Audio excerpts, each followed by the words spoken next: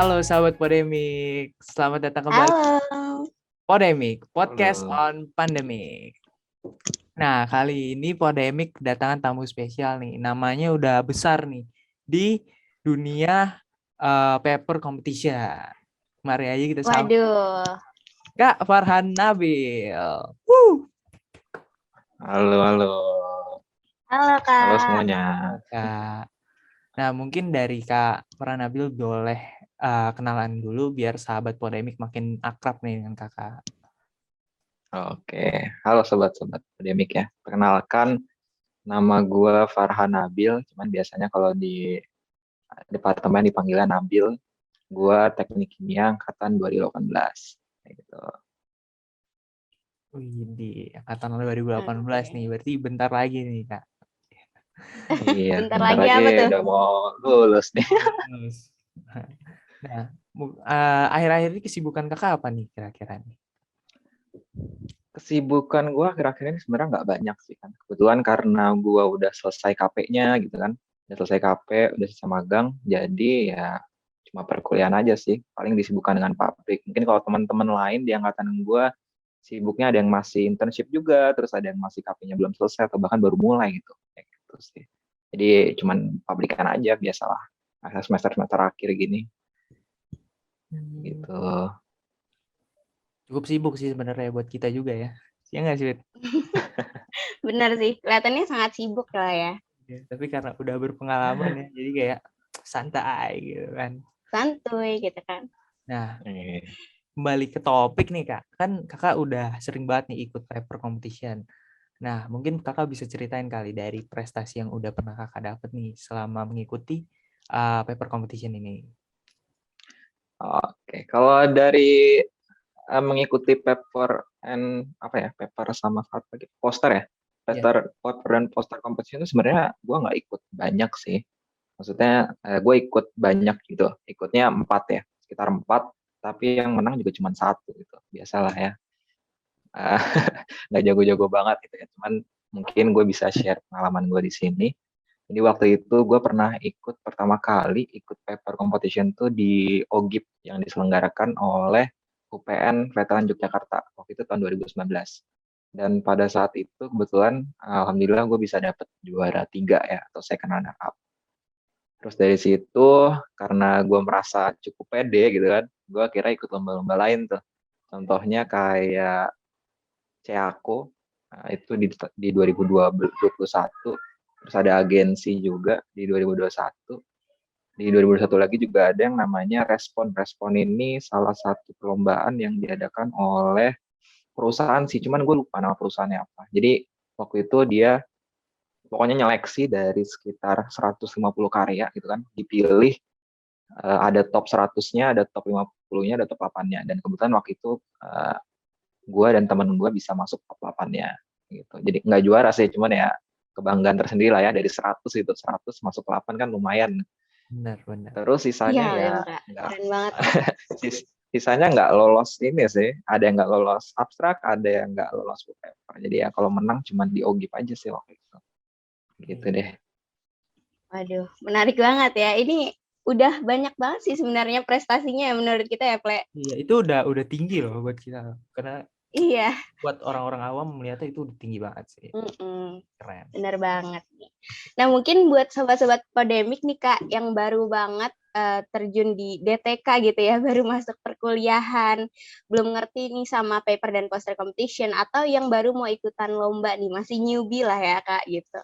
Boleh dijelasin nih, Kak, paper dan poster competition tuh sebenarnya apa sih gitu? Gimana rangkaian lombanya secara general? Oke. Paper itu sebenarnya salah satu dari karya tulis ya, karya tulis ilmiah. Karya tulis ilmiah itu banyak jenisnya. Ada esai, ada makalah gitu kan, ada PKM tuh termasuk karya tulis ilmiah sih. Terus ada juga namanya paper. Nah, paper ini lebih ke arah yang didasarkan pada hasil penelitian. Utamanya seperti itu. Baik penelitiannya dilaksanakannya secara basah, atau basah tuh maksudnya kita nge-lab langsung. Jadi ada data yang kita ambil dari hasil percobaan seperti itu. Atau misalnya juga dengan kering. Kering itu maksudnya kita melakukan simulasi dari software ya. Itu bisa dilakukan dengan dua itu. utamanya sih seperti itu. Dan juga biasanya paper itu ada topik tertentunya gitu yang dibahas. Misal kayak subtemanya mengenai A, berarti dari subtema itu kita rinciin lagi nih topik yang mau kita bawa di paper itu tuh apa. Biasanya seperti itu. Dan juga sistematika yang ada di paper itu biasanya cukup fleksibel sih. Walaupun umumnya kita temuin mungkin bagian introduction, metodologi, terus result, discussion, dan juga conclusion. Itu biasanya kerangkanya 5 itu sih. Cuman dalam pengembangannya itu bisa bervariasi. Mungkin seperti itu sih simpelnya. Oke, jadi intinya, berdasarkan penelitian lah ya, Kak, kayak gitu. Oke, Iya, nah, betul. Kak Nabil nih, dilihat-lihat punya motivasi yang lumayan keren ya tadi, udah ikutan satu terus mau ikutan yang lain-lainnya juga kan di paper. Nah, boleh dijelasin nih, Kak, motivasinya apa sih, Kak, sebenarnya buat ikutan lomba paper dan poster competition ini? Dan, kenapa sih, Kak, milih lombanya tuh paper gitu? Kenapa harus paper dibandingkan lomba yang lain? Motivasi ikut lomba paper dan poster ini sebenarnya karena yang pertama lebih ke arah penasaran sih, gitu. Lebih ke arah penasaran dan pengen cari tantangan. Gue tuh tipe orang yang suka membanding-bandingkan gitu, diri gue dengan orang lain. Membanding-bandingkannya bukan dalam hal yang keburukan gitu. Jadi kira-kira gue mampu nggak sih kalau misalnya si A tuh seperti ini gitu. Nah, gue dari situ tuh biasanya mulainya. Karena mulai dari situ gue pengen coba nih, gue ikut lomba-lomba dan akhirnya gue ikut lomba yang namanya paper. Mungkin alasan kedua karena dari zaman SMA pun gue udah sering ikut lomba-lomba gitu ya, baik yang skalanya regional ataupun nasional gitu. Jadi ya cukup cukup tertarik lah gue ikut perlombaan gitu di perkuliahan. Lalu kalau alasannya kenapa pilih paper karena paper dan poster karena gue hobi jadi nulis sih. Itu hobi jadi nulis gitu kan.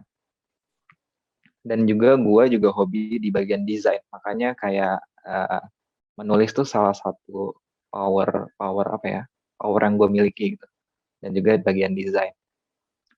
Pernah sih ikut perlombaan yang lain gitu kan.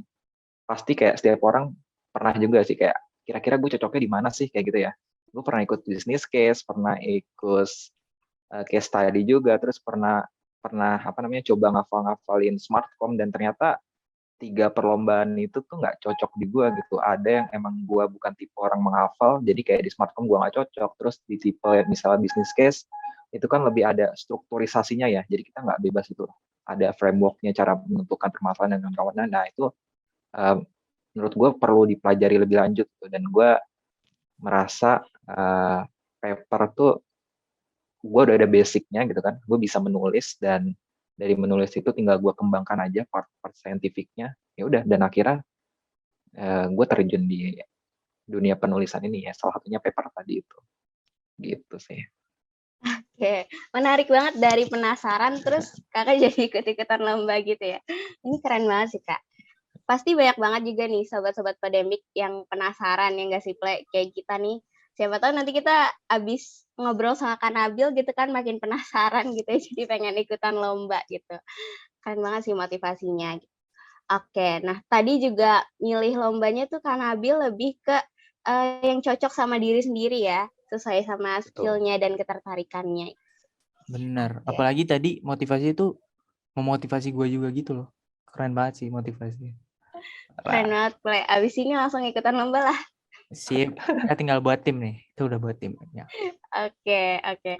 Nah, Kak Nabil tadi udah keren banget gitu ya. Kira-kira Kakak ngalamin kesulitan nggak sih, Kak, sebenarnya ada struggle-struggle gitu yang dialami selama, mengikuti lomba gitu, mulai dari persiapan atau saat lomba ataupun sesudah lombanya gitu, Kak? Kalau kesulitan tentu ya setiap orang pasti punya kesulitan gitu. Walaupun sebenarnya kayak gue ikut lomba paper tuh bisa bikin gue baca gitu ya, karena kita baca dari berbagai jurnal, ngumpulin apa-apa, dan akhirnya menambah pengetahuan gue. Tapi di samping itu tentu banyak kesulitannya. Yang pertama kalau dari persiapan, karena ini paper, jadi perlu data sih sebenarnya. Data tuh kan nggak gampang untuk didapatkan ya. Apalagi kalau misalnya kita nggak nge-lab, kita maunya melalui simulasi aja. Nah itu tuh perlu data-data kayak apa ya? Kalau reaksi butuh kinetika dan kawan-kawannya gitu. Itu susah banget dicarinya. Jadi butuh effort lebih dan butuh waktu lebih di bagian situ. Lalu kalau misalnya pas presentasi atau pas saat lombanya, itu paling karena bahasa Inggris gue not good enough sih, di speaking terutama ya. Kalau di penulisan ya mungkin gue agak lumayan, cuma di speaking gue nggak terlalu bagus.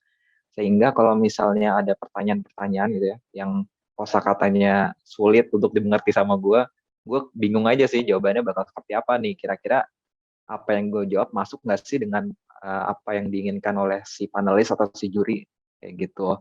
Terus kalau masalah gugup, semua orang pasti gugup ya. Cuman karena gue tipe orangnya kalau ketemu sama orang baru, misalnya gue present di depan orang baru, itu gue lebih nggak gugup dibandingkan dengan gue present di orang yang udah gue kenal. Nggak tahu kenapa sih, tapi emang dari sisi gue seperti itu. Makanya gue nggak terlalu mempermasalahkan masalah gugup tadi itu. Terus mungkin terakhir dari skill presentasi, gue rasa sih untuk semua mahasiswa UI ya terutama ya, atau DTK lah. DTK kan dari semester 1 udah dapat yang namanya kecakapan komunikasi ya. Jadi harusnya sih semua anak DTK pede ya kalau udah masalah presentasi itu. Dan gue bisa bilang kayak presentasi kita tuh bagus gitu loh. Itu paling. Asik, emang ya DTK Pride nih, keren banget sih.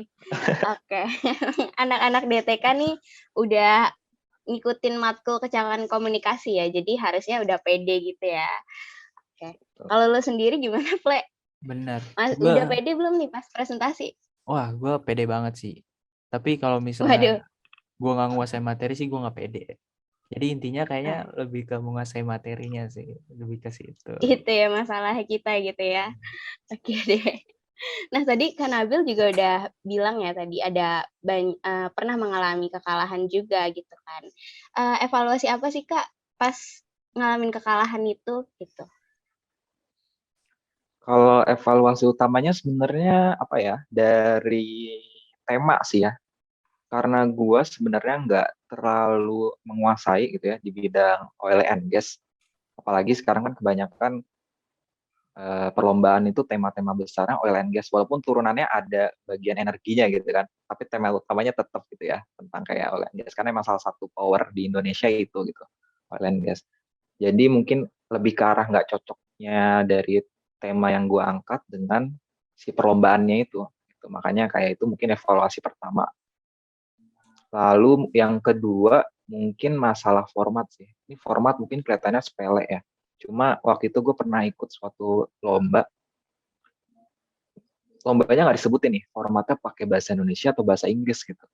Dan waktu itu tim gue dan teman gue tuh ngirim pakai format bahasa Inggris. Cuma ternyata setelah dilakukan penilaian itu yang menang semuanya pakai bahasa Indonesia gitu. Jadi ya itu salahnya dari tim gue sih, sebenarnya nggak menanyakan kira-kira yang dikumpul bahasa Indonesia atau bahasa Inggris sih kayak gitu. Perihal bahasa Indonesia dan bahasa Inggris aja gitu. Belum ke masalah kayak sistematika dan kawan-kawannya. Lalu mungkin evaluasinya lagi masalah presentasi tadi sih gitu kan. Tadi si Juple juga udah bilang ya. Kalau misalnya presentasi oke gitu kalau kita menguasai materi. Nah, ini sebenarnya permasalahan yang dialami oleh mahasiswa mahasiswa zaman sekarang gitu. Presentasinya bagus tapi biasanya baru pada review itu H-1 atau bahkan H- berapa jam. Nah, itu hal tersebut terjadi pada diri gue juga gitu. Nah, itu mungkin kedepannya harus diperbaiki sih agar lebih siap aja pada saat presentasinya. Oke, lumayan banyak tuh evaluasinya ya kan. Pasti juga banyak yang relate nih sama-sama sobat Podemik yang lagi dengerin di rumah kita kan. Banyak yang relate pasti nih. Boleh dong Kak sharing tips and triknya nih biar nggak mengulangi kesalahan yang sama gitu. Kalau tips and trick mungkin berapa ya? 4 kali ya. 4. Yang pertama tuh mengenai tema gitu ya. Tadi gue bilang ya, tema tuh penting sih. Kalian punya kemampuannya di bidang apa, sesuaikan dengan temanya gitu. Ya, walaupun mungkin agak sulit ya mencari tema yang sesuai dengan kalian-kalian. Tapi sebisa mungkin diperhatikan karena ini penting gitu untuk masalah pengumpulan abstrak. Biasanya dilihatnya dari situ dulu gitu. Tapi kalau udah masalah full paper ya, kalau udah lolos abstrak, ternyata paper kita terpilih gitu kan, itu ya udah seterusnya ya nggak jadi masalah. Lalu yang kedua masalah formatting tentu kan. Tadi gue bilang walaupun katanya sepele, tapi dengan formatting yang salah ini sangat mengurangi nilai gitu. Sangat. Kenapa gue bilang sangat? Karena di beberapa case yang tadinya harusnya juara 1 itu malah jadi juara 3 ada gitu. Pengurangan formatting sampai sesignifikan itu gitu. Waktu itu gue pernah dengar sih tentang cutting ya sebenarnya. Jadi dia harusnya misalnya 1000 words gitu ya. Cuman karena dia ada gambar kan biasanya tulisannya ada kayak figur 1 titik bla bla bla gitu kan. Nah, itu ternyata nggak dia perhitungkan, padahal menurut panitia itu diperhitungkan gitu. Akhirnya lebih dari words yang disebutkan. Nah, itu akhirnya ada pengurangan nilai di situ yang tadinya harusnya lolos jadi nggak lolos gitu. Lalu yang ketiga mungkin masalah konsistensi penggunaan kata gitu, baik di papernya, di abstraknya ataupun di PPT-nya. Misalkan dalam dalam paper kita menyebutkan itu alga gitu ya, alga. Cuma di presentasi, di PPT presentasinya kita nyebutinnya microalga. Secara maksud mungkin sama gitu kan. Cuma ini bisa jadi pertanyaan oleh panelis gitu, kalau kita nggak siap kita pasti bingung jawabnya. Kayak gitu sih, sekecil itu. Lalu yang terakhir mungkin kita harus prepare pertanyaan-pertanyaan sih, ini basic ya sebenarnya. Jadi sebelum melakukan presentasi kita harus sudah siap nih, kira-kira pertanyaan yang nanti ditanyakan tuh bakal seperti apa gitu. Atau kalau misalnya nggak mau mempersiapkan kayak gitu, kita bisa membuat para panelis kira-kira nanti cenderung menanyakannya tentang materi kita tuh yang mana, itu bisa tuh. Kita ada strateginya seperti itu. Dan juga yang paling penting juga harus menyediakan backup slide sih. Mungkin itu, 4 itu sih utamanya. Oke. Berarti tadi harus perhatiin tema, lalu format, dan juga pemilihan kata-kata ya, Kak. Sama jangan lupa buat prepare nih pertanyaan-pertanyaannya. Iya sih, Kak. Emang kayaknya Iya, tuh pertanyaan yang paling menakutkan mungkin ya pada saat sesi presentasi. betul Oke. betul. Oke, bener nih. Nah, Kak, aku mau nanya nih, Kak. Sebenarnya paper itu dalam bentuk tim gitu ya? Atau individu? Betul. Ada yang tim, ada yang individu, cuman mostly biasanya diikuti 2 sampai 3 orang sih. Oke, oke. Nah, kira-kira Kakak ada saran nggak nih buat teman-teman, sobat Podemik nih yang baru banget ikutan lomba paper gitu ya? Milih tim yang baik tuh sebenarnya lebih baik seperti apa sih, Kak? Oke. Kalau dari gue mungkin cuma 2 ya. Tipsnya tuh cuma 2. Yang pertama, memilih tim yang baik yaitu ketika kita bisa menemukan orang yang mengisi kekurangan yang kita punya. Itu yang pertama gitu. Itu yang paling penting sih. Misal, gue bagus di bagian designing, di bagian formatting gitu ya, di bagian simulasi gue nggak jago. Berarti kita harus coba cari rekan yang jago di bagian simulasi. Nah, kayak gitu sebenarnya. Sesimpel itu sih. Lalu yang kedua, masalah tempo. Tempo ini juga menurut gue salah satu hal yang penting sih. Misal, ketika gue mengerjakan A, tempo gue 1 hour gitu ya, 1 jam gitu. Tapi teman kita nggak bisa mengerjakan dalam 1 jam gitu. Nah itu sebenarnya nggak apa-apa sih ya, nggak terlalu masalahnya nggak terlalu signifikan. Cuman menurut gue akan menghambat sesi apa ya namanya, akan menghambat sesi diskusinya gitu. Karena kan yang satu belum selesai, yang satu udah selesai kayak gitu. Jadi kalau bisa cari temen yang satu tempo. Kalau misal tempo kita sedang-sedang aja, carilah temen yang temponya juga sedang-sedang aja gitu. Jadi kita bisa selalu jalan bareng untuk ngerjain mulai dari abstrak paper sampai juga nanti presentasi. Gitu sih kalau menurut gua. Kalau masalah kayak orangnya harus rajin atau enggak, nah itu sebenarnya balik lagi ya, kalau orang udah komitmen dengan apa yang diikuti pasti dia bakal memenuhi kriteria itu sih. Gitu.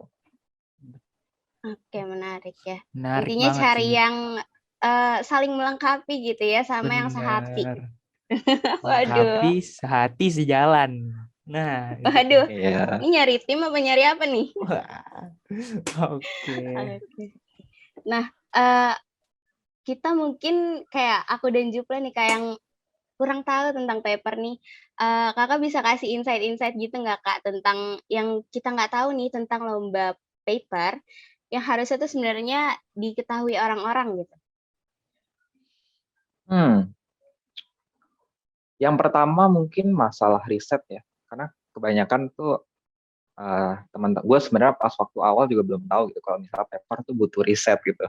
Sedangkan kalau misalnya biasanya gue ikut PKM ya, baik itu PKM GT, PKM GFK itu kan kita nggak perlu riset dan nggak perlu melakukan simulasi gitu. Yang penting kita review literatur, datanya valid, kita bikin misalnya proyeksi seperti ini selesai. Nah, kalau paper tuh enggak gitu. Kalau paper itu kita perlu data, terus kita perlu analisis datanya, nanti hasilnya seperti apa, konklusinya bagaimana, kayak gitu. Dan yang kedua, bikin paper tuh sebenarnya butuh waktu. Tapi menurut gue itu worth it to try sih. Apalagi kalau misalnya tadi memang suka nulis gitu ya. Terus apa lagi ya? Terus mungkin masalah presentasi. Ini nggak cuman orang yang nggak tahu paper sih, kayak semua orang masalah presentasi itu kayak yang dari gue dengerin, gue agak takut nih masalah presentasi nih, pede nggak ya? Nanti pertanyaannya gimana gitu kan. Kalau menurut gue, apa ya, masalah pede nggak pede itu belakangan. Karena di lapangan itu nyatanya ada yang lebih nggak pede lagi gitu dari kita. Jadi setelah kita udah maju ya udah gitu. Eh, Misal kayak tadi presentasi, itu presentasi aja. Gitu. Kalau kita ngeliat orang banyak kok yang nggak lebih pede dari kita gitu. Jadi nggak usah ngeliat ke kanan kiri, fokus dengan apa yang udah kita bawa aja. Terus mungkin yang terakhir masalah angkatan gitu. Karena paper ini biasanya riset dan juga melakukan kayak tadi laboratorium atau riset ataupun simulasi. Jadi biasanya angkatan yang ikutan tuh angkatan-angkatan atas, angkatan-angkatan senior ya, sekitar tahun ketiga ataupun tahun keempat. Cuma menurut gua tahun kedua pun udah bisa ikutan itu kayak semester 3 karena basic-basic ilmunya udah lumayan dapet kan, dasar-dasar ilmu dari teknik kimianya udah mulai dapet, tinggal yang kurang bisa TW-TW tuh baik ke senior ataupun ke praktisi untuk menambah ilmu-ilmu yang kita belum lengkapi gitu paling. Oke, lumayan banyak nih ya. Aku aja nggak tahu nih kalau Kak Nabil nggak ngasih tahu ya, Plek. Iya, Keren bener. Gue banget juga ini. baru tahu tuh. Bener-bener hidden gem banget tuh informasinya tadi tuh. Benar, benar banget nih. Nah, Kak Nabil, waktu dari lomba-lomba yang udah diikuti nih, ada lomba yang paling berkesan nggak tuh, Kak? Ya, kenapa sih ceritanya tuh karena berkesannya itu? Ada. Jadi lomba pertama gue sih, biasanya pertama tuh selalu berkesan ya, lomba di OGIP gitu ya, waktu itu di Yogyakarta. Itu pertama kali gue ikut lomba, dan kalau misalnya kalian mau tahu, pesertanya itu rata-rata angkatannya eh, angkatan tahun keempat gitu. Berarti berapa? Semester 7, semester 8 itu ya kan.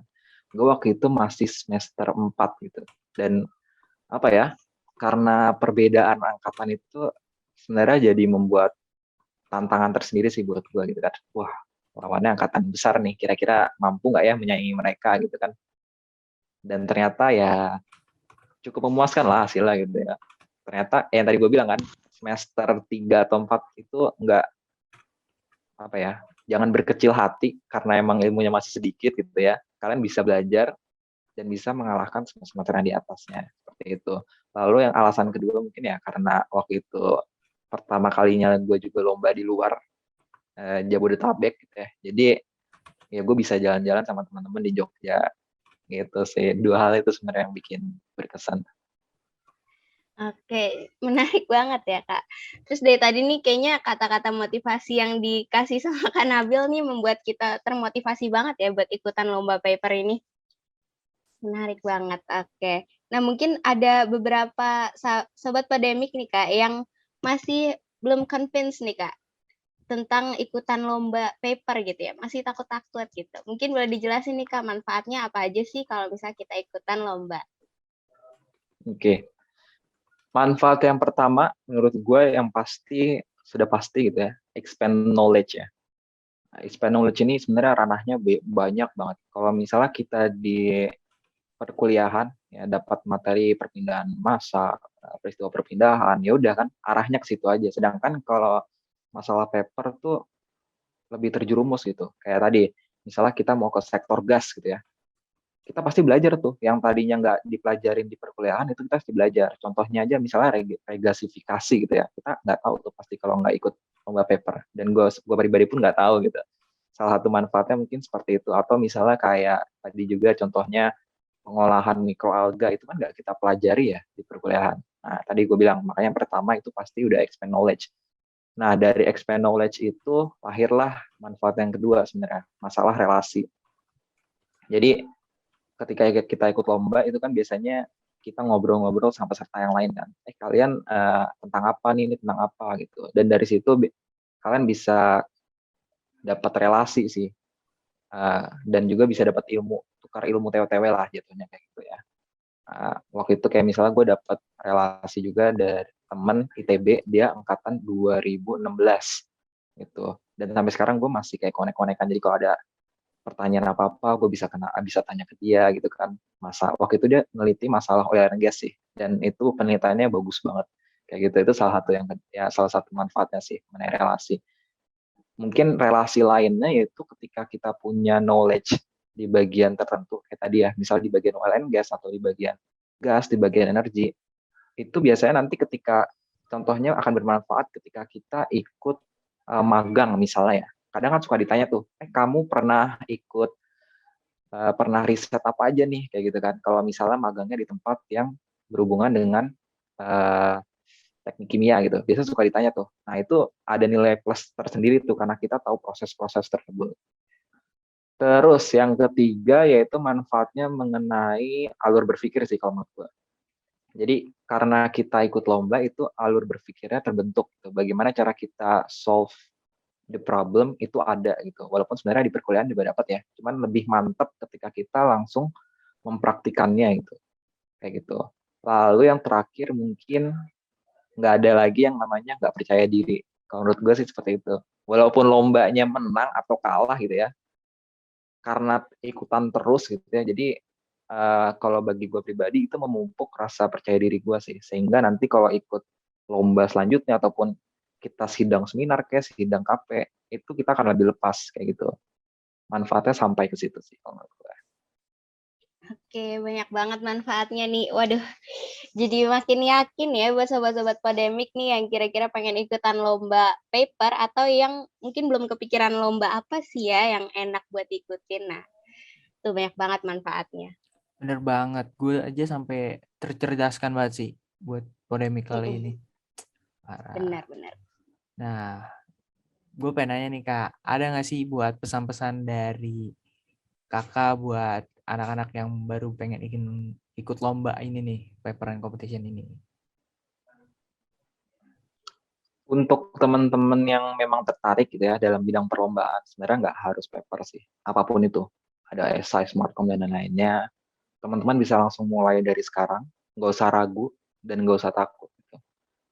Kalau menurut gue, takut tuh hal yang wajar ya. Terus gugup juga itu hal yang wajar gitu. Jadi kedua hal itu nggak bisa dijadikan sama teman-teman sebagai alasan gitu.